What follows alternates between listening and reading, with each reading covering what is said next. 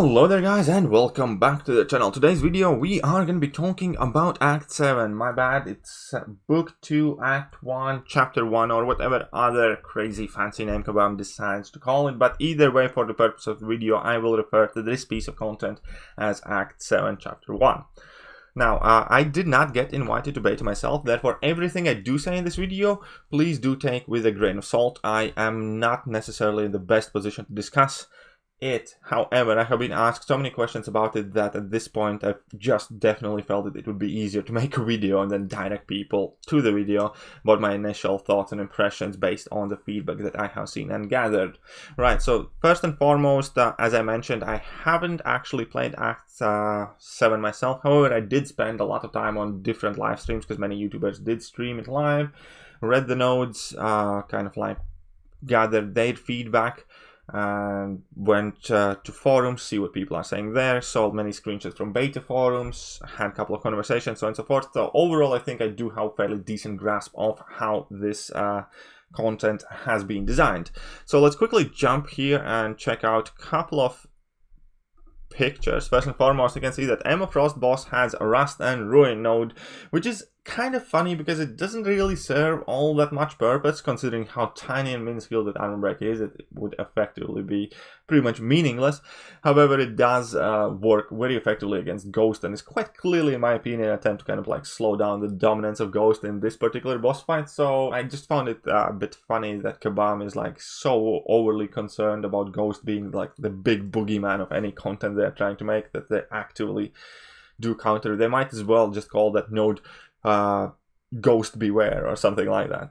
Whatever, let's move on. So that boss seemingly is going to be a fairly skill-based fight where it's not overly roster required specific, but it will be very skill specific, so I'm not overly against it. Now there are many new nodes that I haven't seen before. For instance, the return to sender nodes where you want to avoid inflicting specific debuffs, but you also want to avoid having the debuffs immunity, or else you can degen, and that kind of works with several different debuff types like Incinerate Poison, so on and so forth. So then we have this Stunning Reflection making comeback, which is one of the more annoying nodes, but it's kind of like perfect for Ghost again, which is somewhat ironic, I guess, with that Foresight. Now Meltdown is a new node where you kind of want to power drain your opponents, but at the same time you don't really want to knock them down.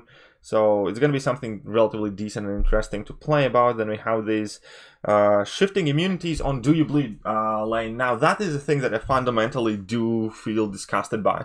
And I do not know what kind of fetish Kabam has with placing champions that are effectively almost or pseudo immune to specific debuff types, or these nodes, like in this case shifting immunity, with a node that requires you to inflict a specific debuff. It all started in like 6.2, I believe, on Do You Bleed lane, where they placed like Rogue on it, and whenever I brought a bleed champion, I think it was Blade, and I spent about 15 minutes fighting, dealing about 10% of the damage, and then I just realized the hell with this, and I started just hitting Rogue's block and actually took the champion down. So I don't know what is wrong in the head of somebody who works there, but it's not fun and it's not interesting to be forced to rely on one specific debuff type.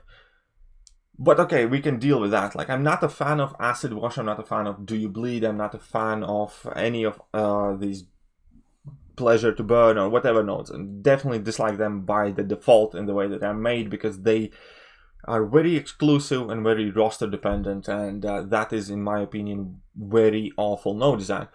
But all of that being combined with this kind of like shifting immunity thing, where half of the time you actually get to deal no damage whatsoever, and then you have only about like half of the fight's uptime to try and capitalize on that.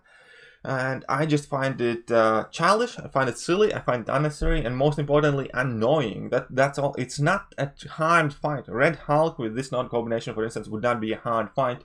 It would just be an annoying fight that frustrates the hell out of me. And you know what? I would still not use your bleed champions anyways. I'd just take in a champion that hits hard in a block, like Aegon for instance, and that would be my plan for the lane. You know why? Because screw your Do You Bleed, shifting immunity, rogue or Omega Red bullshit type of things, because that is just stupid. But now that I'm done swearing for the bit, I'm gonna also kind of like give a bit of breathing room to Kabam, because I have heard and seen a lot of terrible comments about Act 671, and I want to address the good and the bad. So first and foremost, the thing that obviously many people get annoyed by are a lot of these node combinations. When we actually break them down, I haven't had a first-hand experience with it. Some of them do seem cool, some of them do seem annoying. For instance, the Icarus buffed up EMP modification is the kind of node combination that could potentially work out to be fun. We all know that our favorite counters would be like Ghost and, I don't know, Miss Captain Marvel movie or Corvus for EMP modification. Buffed up works with Icarus perfectly, so you can use any champion if you are willing to play with those Fury buffs active. At the same time, EMP modification kind of demands you to use Shock Immune champion or champion that won't die from EMP modification like a Corvus. So overall, I'm not obviously a fan of the fact that we see EMP modification, which is one of the most hated nodes in Marvel Concept Champions by me personally, because I absolutely love that node. At the same time, I would be willing to give that lane a go because I think it could potentially be fun. I think there could be some crazy big numbers flying, and even if you do not have perfect counters with some items, you could just push through and still kind of like have that excitement of whether will you or will you not make it in time. But at the same time, like life cycle, small arms, counter tactics just seems utter BS. Life cycle is an annoying node to begin with. Small arms basically reduce the amount of damage you deal with your heavy attacks every time you throw a heavy attack, which is one of the most popular ways how to deal with life cycle node, is to knock down opponent with like heavy attack, throw a special attack, or vice versa. And yeah, I don't like it at all. Plus counter tactics obviously is going to make it a lot more tricky as well. So that again drives into that childish kind of like spiteful, annoying category. It's not going to be necessarily incredibly difficult if you find the right counter champions. It's just a type of node combination that is annoying to deal with and makes players frustrated, which is in fact mainly what I have seen on YouTube thus far. What I have seen is maybe not everybody openly having a go at Kabam and trying to crucify them, but what I definitely did see is many people trying to bite their tongue and not rage and not freak out and give somewhat reasonable kind of like reply, oh, well, maybe the champions that are going to come out are going to be good counters for this, or so on and so forth. So no, there is a lot of annoying content and we kind of have to be ready for it. And unfortunately, when Kabam said that they learned from mistakes in Act 6, it does seem that Kabam does not have the same definition of the word mistakes as we do. And what I infer that Kabam has meant that they learned from their mistakes, as in the easier lanes that didn't make them enough money. Whatever. Again, I'm trying not to be too harsh on Kabam. But some of the node combinations, again, everything I say is a bit of grain of salt in it because I haven't had a chance to try it myself. But as far as I have seen, definitely plenty of people did not seem too happy about it, neither beta forums, but particularly in beta forums, which typically is extremely civil and well-organized place where people generally only go to when they want to give honest feedback and not when they want to dish out or receive grounded wisdom treatment with infinite amounts of spam or just kind of like trollism, whatever. Even beta forum is quite well outraged, and the feedback that Kabam is getting is not the best, I would say. But again, at the same time, I want to give them the leeway because naturally I do expect Act 7 to be harder than Act 6 was, but I also expect it to be interesting, not annoying, and this is annoying. When it comes to increased attack levels and taking a lot of block damage and so forth, which is obviously sucks, which is a bad thing, and which isn't going to be fun, but there are two things to note again. Realistically, you could not, or it would have been naive to expect that Kabam is going to put smaller amounts of attack for these champions if it's the next act. It's kind of like, did you really expect Act 6 to have less attack than champions in Act 5? No, you kind of like took it with the territory that comes, right? Act 5 finished, Act 6 came out. It seemed natural that Act 6 champions will have more attack and more health than Act 5 champions, which is the case, and the same here with Act 7. Now, I think part of the problem, what makes it seem so apparent and so drastic, is the fact that Act 7 hasn't actually been released, and within a couple of months when this is scheduled to come out probably, even though we do not have a set confirmation date, more people will have access to those rank 3 6 stars for this piece of content, and then maybe the block damage will not seem as high. So that is something to kind of keep in mind, and I think that this piece of content is largely in fact designed for rank 3 6 stars. In fact, I would make an argument that 6.3 power levels are already designed with rank 3 6-stars in mind, then this certainly is something that we should gauge. And I kind of realize why the block damage seems as high to rank 5 5-star champion, because I think this is Kabam's kind of like attempt to push the difficulty higher and the necessary champion ranks higher as well. Doesn't mean I'm a fan of it. I can somewhat understand it though. I can very well understand it, I would say. So attack and health levels being super high and there's a lot of block damage. Yes, it's annoying, but unfortunately, I think it just kind of comes with the natural progression part of the territory. And eventually, when we get rank 3 6-star champions ranked up, then it wouldn't seem as big. Obviously, that opens another wide gap. The fact that we do not have these 6-star champions to even take to rank 3, given if we get the catalyst YAQ or AW, which is entirely different problem in the game completely, which is acquisition of 6-star champions for now. Right, all of those things being said, the major argument here and the major change is 3 quests only. That's right, Act 7 Chapter 1 only has 3 quests, and each of these quests has 9 paths. And overall that works out better, obviously, because if you have 9 paths a quest, then you have 27 paths overall, which is a less, and less is better in terms of how expensive or tricky the quest would be, I guess. Because, for instance, in 6.4 we have 6 quests with 6 paths, which makes it 36 paths in total, so it means there's 9 less paths in Chapter 1 of Act 7. And everybody's looking at it as a positive by default. However, there are 2 very important things that I want to kind of like build as a counter argument, and I'm not necessarily going to go on limbs and say that this format is awful and the previous one was better or vice versa. What I'm saying is that there are alternative costs to be considered that I don't think many people are considering right now. First and foremost, in its reality, the number of paths do not matter whatsoever. What matters is the amount of fights you take. And if the amount of fights has gone down, then fair enough. This is a better format because if I have to deal with less opponents. But if the paths are longer than they used to be, and there's just less of them, then it actually can work out as an exactly the same kind of thing.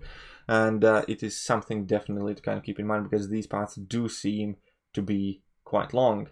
So even though it has been confirmed that we can have less paths, I think we should also ask for confirmation in the amount of fights that we have today.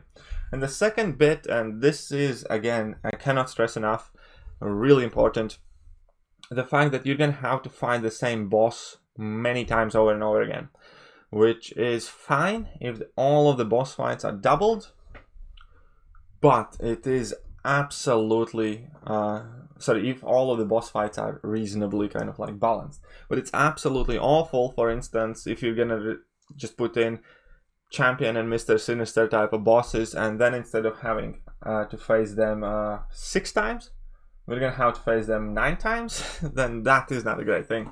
So, for instance, yeah, imagine a situation where you only have 3 quests and like you have more paths and only bosses are like Mr. Sinister and Champion. If that were to happen in 6.2, then 6.2 would be far worse piece of content, even if it would have less total amount of paths.